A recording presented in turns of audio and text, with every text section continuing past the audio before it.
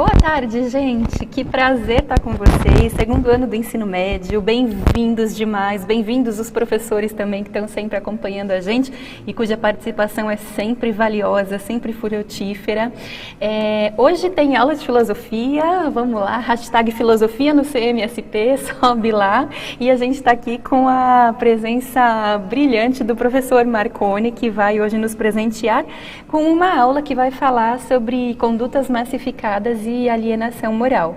Mais especificamente, a habilidade que vai ser trabalhada hoje é a de refletir sobre perspectivas de pertencimento e de responsabilidade por si mesmo e pelas demais pessoas e seres da natureza. Vamos juntos, então? Toco para você, Marconi. Obrigado, Fê. Sejam todos bem-vindos, vocês alunos da segunda série da Secretaria de Educação do Estado de São Paulo. É um prazer ter vocês aqui no Centro de Mídias, né? Como a Fê disse, eu estou abrilhantando a aula aqui com a minha careca, né? Esse refletor aqui brilha o estúdio inteiro, né? Mas falado disso, a gente vai conversar então sobre um tema hoje, um título, que é Identidade e Responsabilidade, né? A construção do eu a partir do cuidado com o outro e com o mundo, né? Só o título já é um texto, né, gente? Mas o que isso quer dizer? Que faz parte do meu eu, da minha identidade, me responsabilizar com os outros. E se responsabilizar com que outros? Os outros indivíduos e também com o mundo, com a natureza. Falado disso, como vocês sabem, eu sempre trago no início da nossa aula uma sugestão de atividade e trago outros no final da aula também, para que você, professor, caso ache interessante e pertinente, você tenha uma forma de trabalhar ali, de avaliar o seu aluno, lembrando que você tem total autonomia para escolher esta ou outras atividades, né, para avaliar o trabalho que vem sendo feito com os nossos alunos. E a sugestão de atividade que eu trouxe hoje tem tanto uma pesquisa biográfica, e essa pesquisa biográfica são sobre dois pensadores, que é o Emmanuel Levinas e o Jean-Paul Sartre, que são os pensadores, inclusive, que vão embasar a nossa reflexão de hoje, e também uma pesquisa conceitual dos termos alienação moral e responsabilidade. Por que é importante, gente, essa pesquisa conceitual? Eu sempre digo que a filosofia, ela tem quase que um vocabulário próprio, ela é quase um idioma. Afinal de contas, a gente tem, inclusive, pensadores que constroem termos, constroem palavras para tentar dar um significado, um sentido para algo que na visão deles a linguagem comum não tem como. E em outras situações nós temos muitos pensadores que pegam emprestadas palavras do senso comum, da linguagem vernácula e dão a ela um novo sentido para tentar expressar a ideia que eles querem expressar. Então isso acaba gerando aí muitas vezes uma certa dificuldade de compreensão dos termos. Por isso que ter um dicionário filosófico é tão importante. Até sugiro você, professor, ou você, aluno que se interessa, tem um dicionário super conceituado que é o do Nicola Baiano, né, que traz muitos termos interessantes. Né, é quase uma aula e um curso aquele dicionário, porque para cada termo ele traz a história do termo, pensadores que falam sobre ele. É muito interessante, vale muito a pena se vocês tiverem condição e curiosidade de entender um pouco mais essa questão terminológica da filosofia. Falado disso, a gente parte então para o nosso momento de reflexão inicial. Veja uma pergunta que vai aparecer na tela para vocês. Pensando em situações cotidianas, na família, na escola, entre amigos, há diferença entre como as pessoas agem e como deveriam agir? Então essa é a primeira pergunta. Há diferença entre como as pessoas agem e como deveriam agir? Se sim, por qual razão? Se as pessoas agem de maneira diferente do que deveriam agir, por que elas fazem isso? 90 segundos, a gente volta aí com os comentários da professora Maria Fernanda.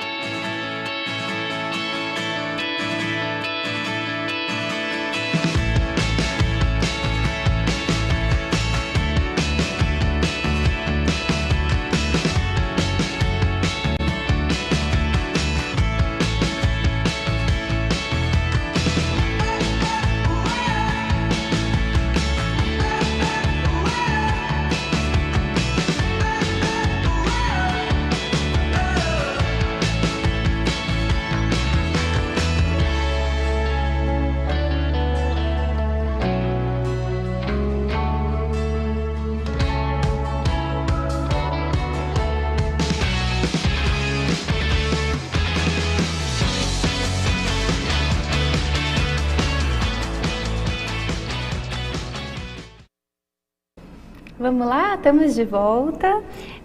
A pergunta era, pensando em situações cotidianas na família, na escola, entre amigos, há diferença entre como as pessoas agem e como deveriam agir? E se sim, por qual razão?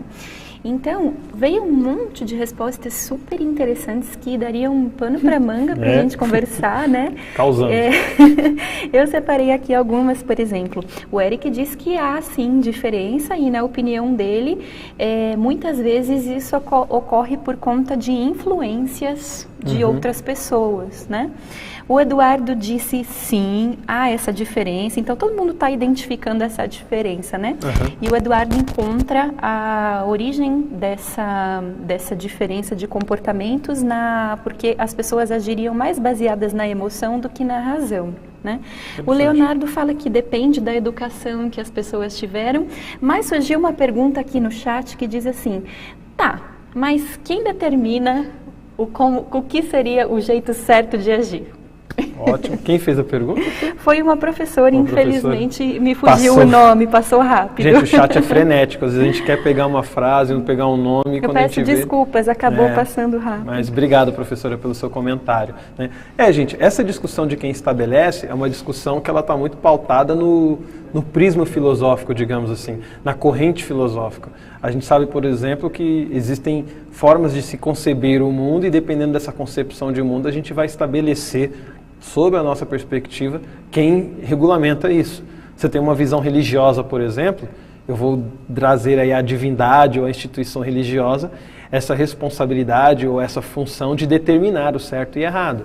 Se eu tenho uma conduta ética baseada já, por exemplo, no relativismo, o relativismo vai dizer que o certo e errado ele é contextual, depende da época, depende do lugar. Né? Nós temos aquelas pessoas que têm uma concepção subjetivista, o certo e errado sou eu. Né? Eu digo o que é certo, eu digo o que é errado. Então, existem várias respostas, professor, a essa sua colocação, a quem determina. Quem está certo, quem está errado, é uma discussão aí que geraria um outro problema, né? Porque se a gente está perguntando quem está certo, quem está errado, como é que eu vou saber se quem respondeu que está certo ou está errado, está certo ou está errado? Exatamente. Né, gente? Vai um círculo. Mas parabéns, professora, foi uma excelente colocação. Gente, o assunto que a gente está trabalhando aqui hoje está dentro de um tema que é o tema condutas massificadas, como a Maria Fernanda bem colocou para a gente no início da aula, e também já iniciou essa reflexão conosco na semana passada, certo? Inclusive ela falou para a gente aí sobre a indústria cultural. Na semana retrasada eu conversei com vocês sobre a domesticação da subjetividade, foi uma aula que a gente teve sobre o Michel Foucault. Na semana passada a Fê trouxe para a gente essa ideia da indústria cultural. Qual é a consequência dessa domesticação da subjetividade que o Foucault coloca e da ação da indústria cultural, né, que foi colocada pela Escola de Frankfurt, mas não é a única, inclusive a Fernanda trouxe para a gente aí a Hannah Arendt, outros pensadores que trabalham essa questão. O resultado disso é a alienação moral. E o que é a alienação moral? É a ausência de autonomia e de consciência da influência do outro e do mundo sobre o eu, sobre mim. Assim como de que os atos da individualidade afetam o mundo que nos cerca.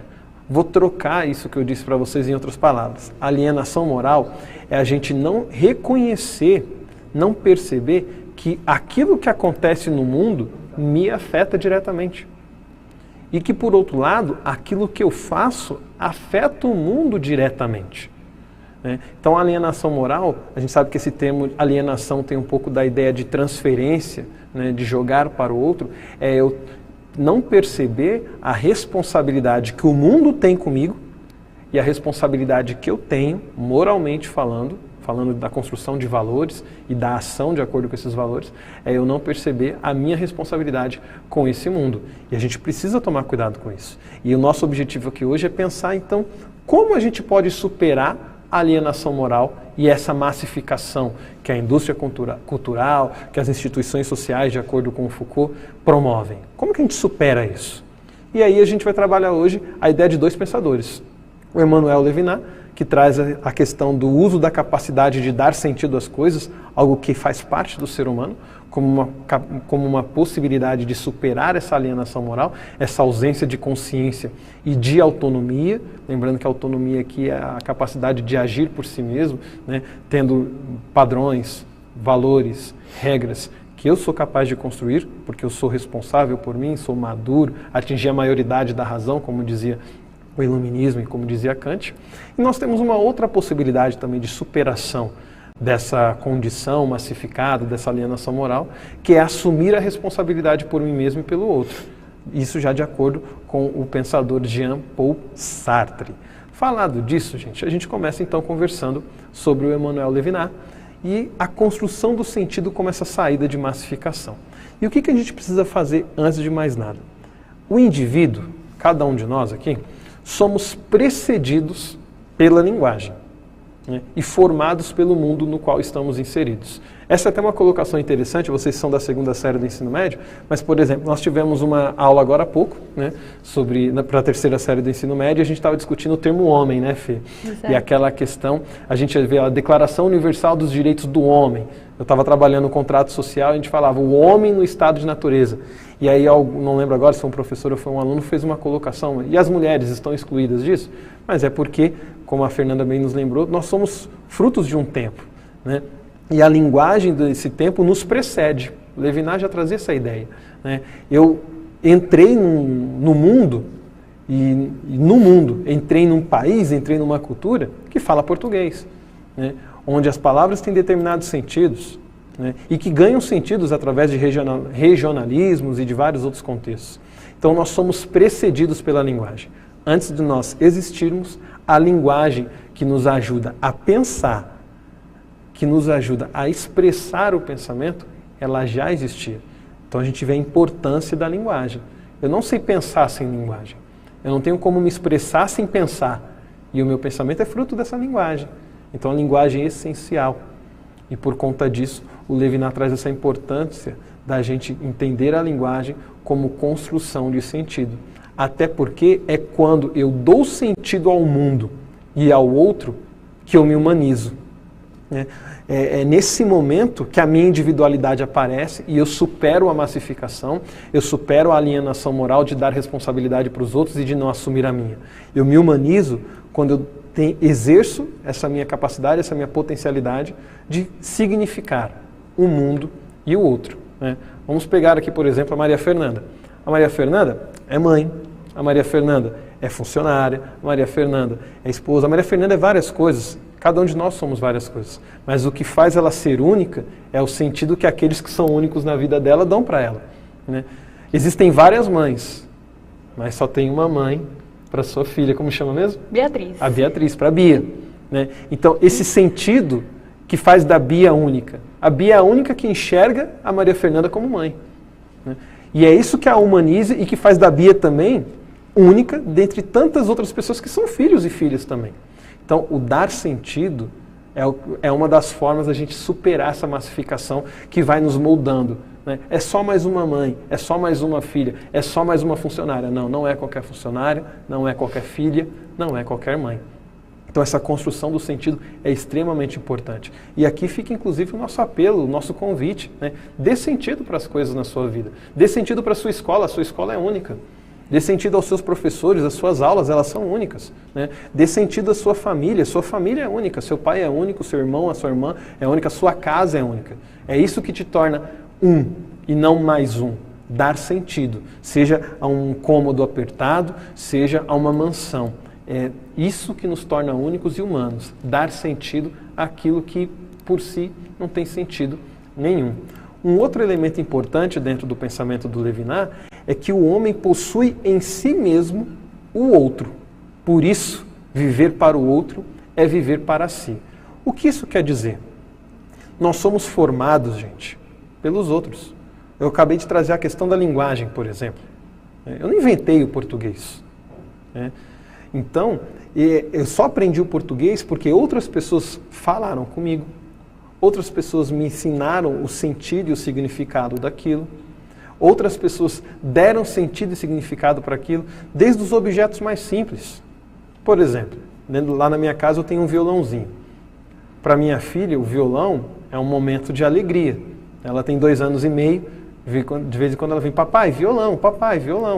Aí eu fico lá tentando até tocar uma musiquinha diferente, mas não tem jeito, no final das contas, eu tenho que tocar galinha pitadinha, esse tipo de coisa, né? Mas para minha filha, o violão tem esse sentido. Em outras casas, às vezes o violão ele é um artigo decorativo. Para outros, o violão pode ser um símbolo de saudade. Ah, quando eu conseguia fazer um luauzinho com o meu violão. Né? Então, e tudo isso não se estabelece sozinho, se estabelece na relação com outras pessoas. Quer falar, Fê? Por gentileza, Marconi, queria só trazer aqui, primeiro, eu achei muito divertido, a Kailane disse assim que você tem que ser eleito uma maravilha do mundo. E aí, pegando o gancho do que você falou, a Juliane, ela pergunta assim, quer dizer então que o que nos faz únicos é sempre o olhar do outro? Olha, a gente vai chegar nesse ponto, hein? Eu não vou me adiantar não, qual foi o nome mesmo, Fê? Ela é a Juliane. Juliane, a gente vai trabalhar um pouco essa questão do outro no Sartre. O Sartre vai trazer um pouco dessa ideia de que nós somos o que o outro nos vê. Né? Mas, antecipando, o que eu posso dizer de acordo com Levinas não é que o outro nos torna único, mas o outro compõe a parte daquilo que nos faz únicos. Né? Vamos pegar uma família, por exemplo. Né? Eu fui educado por uma mãe muito específica, a Dona Marinaldo, né? Por um pai muito específico, que é o Sandovaldo. Cresci junto com a minha irmã, que é a Joyce, lá em Taboão da Serra. Então, eu vivi uma experiência única com essas pessoas, e essas pessoas viveram uma experiência única comigo.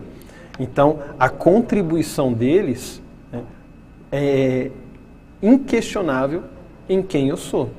Né? Eu gosto muito de uma frase que ela traz justamente essa ideia de que quando a gente responsabiliza o outro, a gente tem que responsabilizar por tudo. Né? De bom ou de ruim. Ah, eu sou totalmente diferente daquilo que os meus pais são, porque meus pais eram assim, eram desse jeito, mas foi justamente o assim desse jeito do seu pai que te motivou a ser diferente. Assim como em outras situações, nossa, eu sou desse jeito por causa dos meus pais, porque meus pais me fizeram assim. Então o outro sempre participa da construção do nosso eu, por isso que é importante viver para o outro. Eu vou até traduzir isso numa frase, gente, né? Eu vou trocar os termos aqui, porque se eu for falar ela do jeito certinho, como a gente está nas mídias, nas redes sociais, a gente não pode. Mas ela é uma frase que ela diz mais ou menos assim, cuide da felicidade dos outros. Né? Gente feliz não incomoda. Se eu cuido da felicidade do outro, se o outro está feliz, ele não vai fazer outra coisa que não me fazer feliz também, em vez de me incomodar, em vez de me inquietar. Por isso a importância da gente cuidar do outro, porque nós somos formados por esse outro. Né? Desde o sentido mais prático, a roupa que eu uso veio de um outro. A língua que eu falo veio de um outro. Os valores que eu tenho vieram de um outro. Seja porque esse outro me ensinou a viver esses valores, seja porque ele me mostrou algo tão diferente, algo que eu não quero para a minha vida, que a partir dessa visão de isso eu não quero para mim, eu vou viver de uma maneira diferente. Então, de uma forma ou de outra, o outro sempre faz parte da nossa vida. Quer mais um comentário, Fê? Beleza, tá então ótimo. Vamos lá, gente. Ó, momento de atividade, uma questãozinha de 60 segundos, uma vez que é só ABCD, certo? Para a gente refletir. Pelo que a gente conversou, pelo que a gente refletiu até aqui, é incorreto afirmar que, alternativa A atuação das instituições sociais e da indústria cultural promovem a padronização da subjetividade, gerando uma falsa individualidade. B, pela alienação moral, perde-se a noção de pertencimento e responsabilidade por si mesmo, pelo outro e pela natureza. C. O outro é o outro e eu sou eu. Se ocorre influência entre o eu e o outro, então não existe individualidade. D. Para Levinas, o que nos torna humanos é a capacidade de atribuir sentido às coisas. Lembrando que é para vocês responderem o que está incorreto. 60 segundos.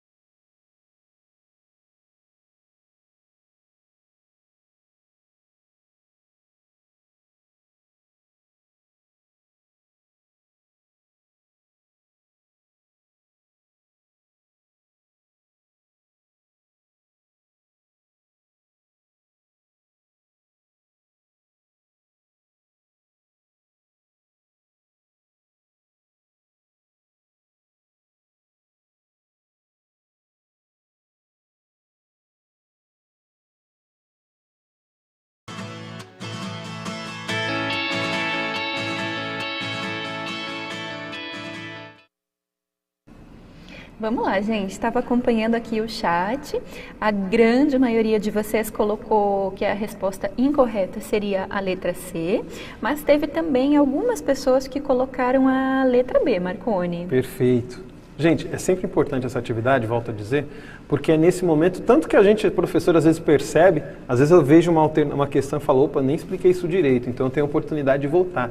E também é nesse momento que a gente percebe que talvez algum conceito não ficou bem claro, né? A resposta correta sobre o que é incorreto é a alternativa C, mas já que alguns colocaram a alternativa B, é importante a gente repontuar isso daí, né? A alternativa dizia, pela alienação moral, perde-se a noção de pertencimento e responsabilidade por si mesmo, pelo outro e pela natureza. E isso está correto. De fato, a alienação moral faz a gente perder essa noção, essa concepção, essa visão do quanto que a gente precisa se responsabilizar pelo que fazemos, pelo que somos, pelo mundo, pelo outro.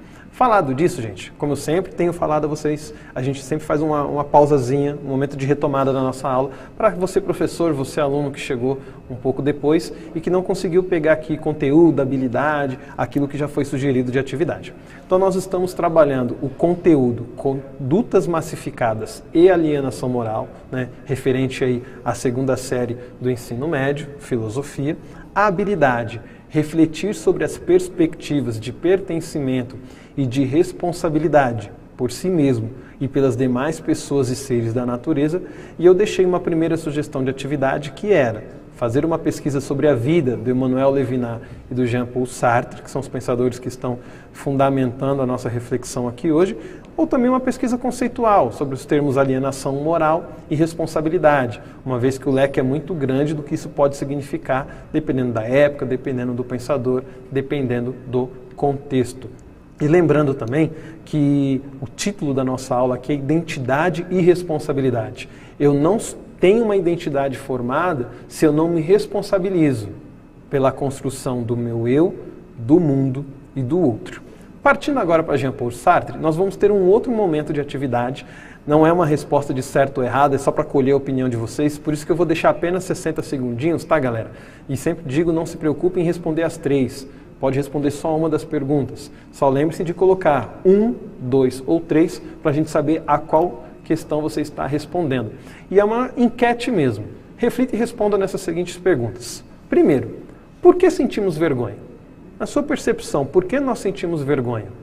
2, o que nos leva a amar alguém? Sei que agora vocês vão cavar lá no fundo do coração. Terceira pergunta, o que nos leva a odiar alguém? Né? E a gente sabe que muitas vezes a gente odeia quem a gente ama, né? Então, pensando nessas 3 perguntas, 60 segundinhos.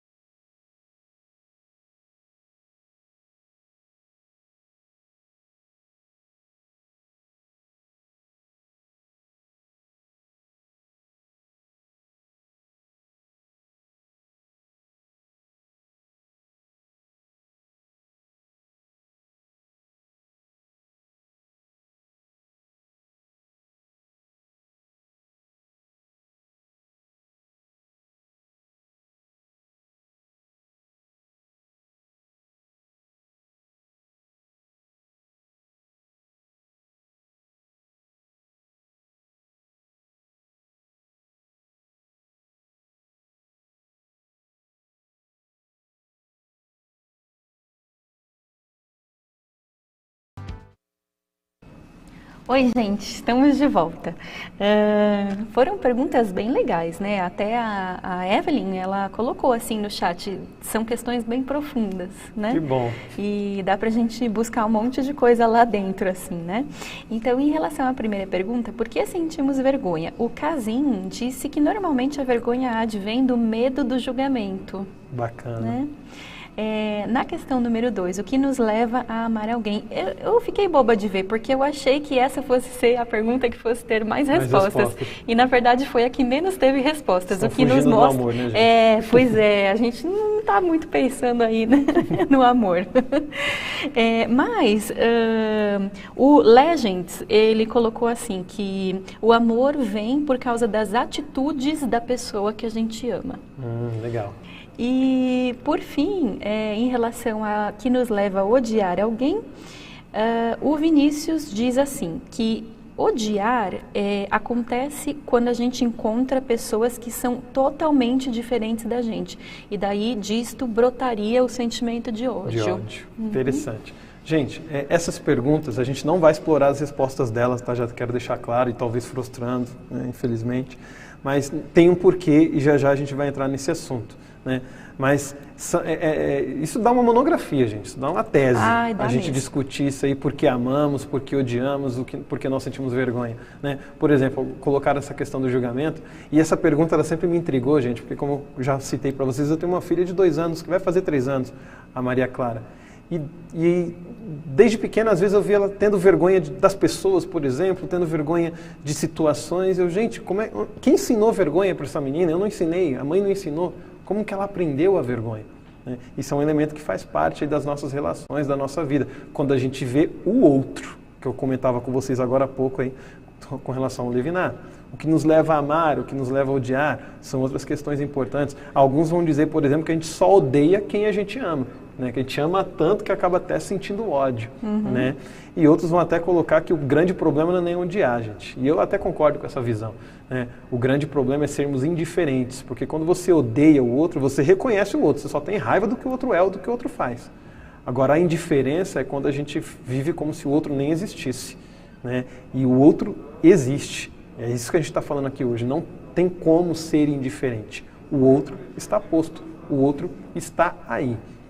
Partindo para aquilo que o Sartre, então, vai nos trazer, Sartre vai dizer que a gente se reconhece a partir do outro. Né? Nós somos o que os outros nos revelam.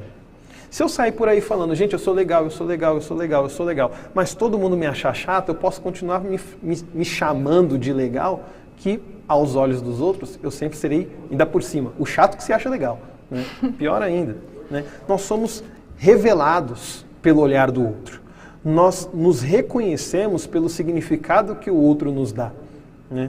Quando a minha esposa e eu tivemos a nossa filha, a Maria Clara, né, eu sempre me recordei daquela frase que diziam, quando nasce uma criança, nasce um pai. Quando nasce uma criança, nasce uma mãe. Quem é que faz de mim um pai? A minha filha. Quem é que faz a minha esposa uma mãe? A minha filha. Né? Então, o significado que eu tenho para aquela criança, o significado que a Maria Fernanda tem para a Bia, são essas situações que nos dão uma identidade, que nos dão uma individualidade. E aí vem aquilo que eu perguntei para vocês, porque o Sartre vai dizer, olha, nós somos constituídos pelo outro justamente pelo amor, pelo ódio e pela vergonha. O outro nos constitui, o outro contribui na construção da nossa individualidade quando ele nos ama, quando ele nos odeia, ou quando ele nos coloca numa situação que a gente tem vergonha, ou que a gente age de uma maneira diferenciada por conta da vergonha. A pergunta que abriu a nossa reflexão hoje era justamente sobre isso, né? Por que a gente age de uma maneira diferente do que a gente deveria agir? E muitas vezes essas ações são diferentes entre o que é e o que deveria ser por conta disso. Quando a gente ama, nem sempre a gente faz o que a gente deveria fazer. Né? Quando a gente odeia, também não. Quando a gente tem vergonha, também não. Muitas vezes pela vergonha, ou pelo ódio, ou pelo amor, a gente deixa de fazer o que deveria fazer. Óbvio, tem também aquelas situações que é em nome disso que a gente faz o que precisa ser feito. Por isso que o outro, nessa relação de amor, ódio e vergonha, nos constitui. Tem até uma peça, gente, eu confesso que eu é um débito que eu tenho comigo mesmo, de ler e conhecer um pouco mais a fundo uma peça do Sartre, né, Entre Quatro Paredes. Né? E pelo que eu já escutei, ela trabalha justamente essa situação. São pessoas que se encontram num lugar onde não existem espelhos. E aí elas não têm como saber como elas estão, a não ser pelo olhar do outro. Vocês imaginem, não tem espelho. Como é que você vai saber se o seu cabelo está arrumado ou não está arrumado? Se o seu rosto está sujo ou não? Pelo olhar do outro. E essa é justamente uma metáfora da vida, da existência. Nós somos formados pelo significado que o outro nos dá. O que não quer dizer que nós somos reféns do outro. Nós não somos reféns do outro. Até porque o Sartre também vai dizer que nós somos essencialmente, se é que a gente pode utilizar essa palavra aqui, livres. O ser humano é essencialmente livre. E como ente livre, ele pode fazer o que ele puder fazer, o que ele quiser fazer, óbvio, dentro das suas condições físicas. Eu não posso voar por aí sem um aparelho que me dê condições de voar. Isso não está dentro da minha natureza. Né? Mas a minha liberdade me dá condições de ser qualquer coisa. E, ao mesmo tempo, a minha liberdade me torna propriedade de mim mesmo. Né? E olha como é que aqui começa uma discussão, né, um embate, se é que a gente pode usar esse termo, muito interessante. Eu sou formado pelo outro, ou melhor, eu sou reconhecido, essa é a palavra, pelo outro, mas sou livre para ser aquilo que eu quiser. Então eu preciso constantemente colocar em diálogo aquilo que o outro enxerga em mim com aquilo que eu escolhi ser para mim mesmo. E olha como a liberdade traz uma responsabilidade gigantesca. Sartre é um pensador ateu. E quando a gente pensa não só em pensadores ateus, como outros pensadores em outras vertentes, a gente tem uma ideia de que se o ser humano ele não está vinculado a uma essência, a uma natureza, quais são os critérios que ele utiliza para fazer qualquer coisa, para agir de determinada maneira? Se eu não sou obrigado, né, a seguir um tabu, um dogma, uma lei, seja lá de qual religião ou ideologia for, toda vez que eu estou agindo por responsabilidade minha e de acordo com aquilo que eu enxergo que é o melhor. Eu sempre falo isso, gente, ninguém faz o que acha que é pior para si mesmo. Mesmo quando a gente faz uma coisa que é horrível, a gente acha melhor fazer o horrível. Né? Sabe aquela situação, por exemplo, que você, agora na pandemia talvez para alguns seja diferente, né? Mas olha, tem que estar na escola às 7 horas da manhã, então você teria que dormir aí 10 horas da noite, por aí. Mas, poxa, eu vou assistir só um episódio da Netflix, não custa nada. Aí você assiste 2, 3, 4, 5, 6, quando você vai ver é 4 horas da manhã, e aí você vai para a escola ou para o trabalho se arrastando, porque dormiu pouco. Você fez uma escolha, digamos que não foi a melhor, mas para você era melhor naquele momento ver aquele filme do que dormir. E, inclusive, você vai passar aquele dia falando, hoje eu não vou ligar a Netflix, hoje eu vou dormir cedo. E provavelmente quando você chegar, o que você vai fazer? Vai ligar de novo lá, para dar continuação à sua série. Então, por mais que a gente saiba que é melhor dormir, a gente naquele momento está dizendo, olha, é melhor para mim, eu prefiro ver essa série. Eu estou pegando um exemplo aqui, talvez até um pouco esdrúxulo, mas o que é importante a gente perceber é o seguinte, se eu ajo de acordo comigo mesmo, eu sou a referência, e isso me torna alguém responsável, porque eu estou dizendo para os outros, nessa situação, a melhor coisa a fazer não é dormir, é ficar virando à noite assistindo série. Porque quando eu faço isso, não estou baseado em outras pessoas, em outros dogmas, a não ser eu mesmo.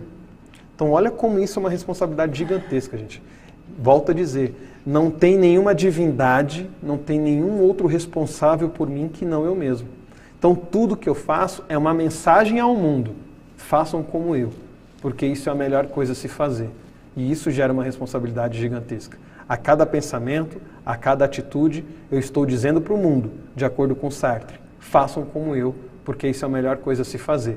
Lógico, não é que eu estou exigindo dos outros, façam assim, mas esse é o pensamento que eu tenho que ter. Se todo mundo me imitar, eles estarão pelo caminho certo, porque eu sempre escolho o que é melhor. Pensando nisso, a gente vai fazer um verdadeiro e falso rapidinho, gente, 60 segundos, porque eu queria pontuar uma outra reflexão com vocês antes da gente terminar. De acordo com Jean-Paul Sartre, nossa identidade também é formada pelo significado que o outro nos dá. Segunda afirmação, O outro nos constitui através da vergonha, do amor e do ódio. Terceira afirmação. O ser humano está condenado a ser livre, o que lhe isenta de qualquer responsabilidade consigo, com outras pessoas e com demais seres da natureza. Penúltima afirmação. O indivíduo pertence ao outro. Última afirmação. A liberdade traz consigo responsabilidade. 60 segundos, galera.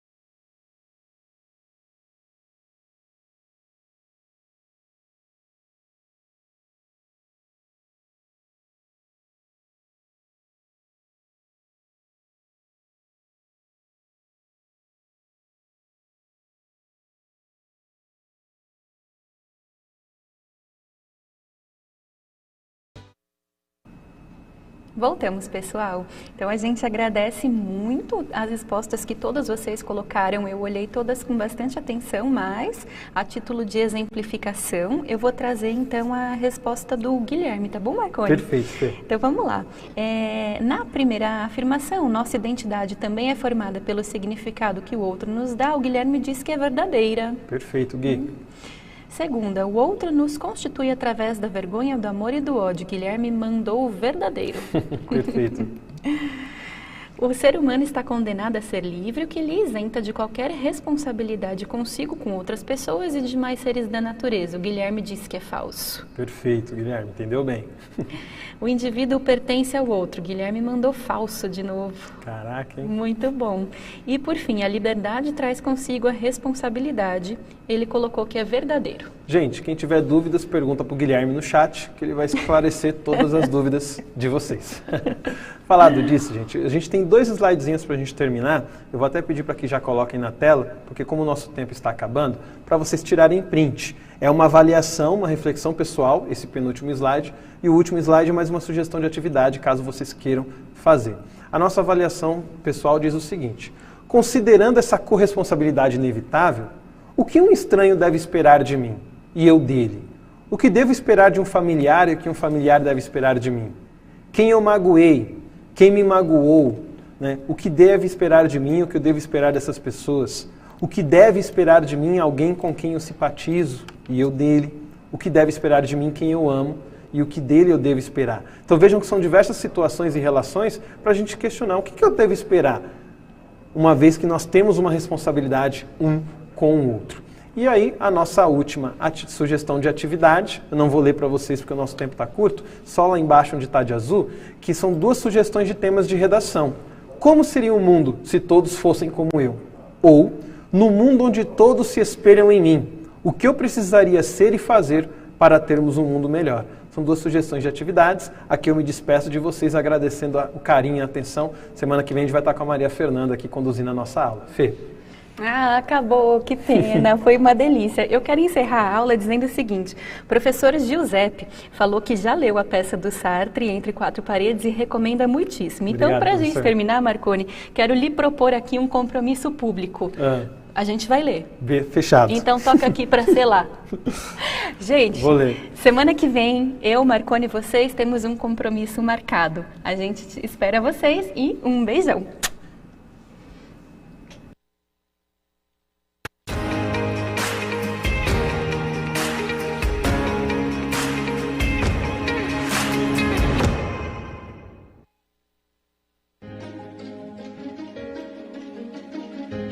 A escola pode estar distante, mas as aulas não. Por isso, o governo de São Paulo criou um aplicativo online de aulas com chats para todos os estudantes da rede pública de ensino durante a quarentena. O acesso à internet é gratuito e você ainda pode assistir às aulas ao vivo nos canais digitais da TV Cultura. Baixe o aplicativo e estude.